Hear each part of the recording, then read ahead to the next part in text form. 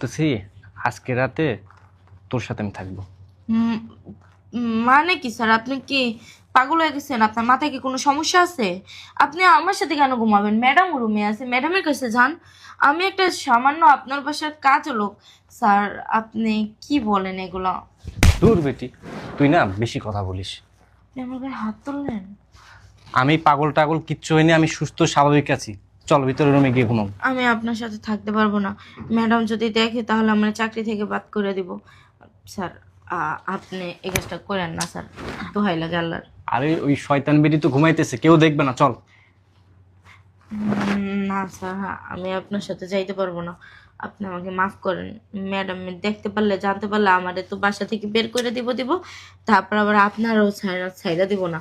Madam যে জল্লাদ, আমি চিনি ম্যাডাম রে। আরে বাবা কিচ্ছু হবে না, ওইটা আমি দেখবো। তুই রাজি না?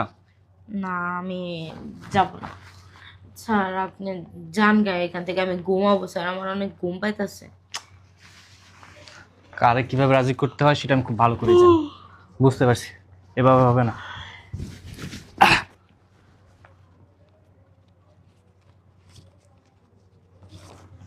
ধর,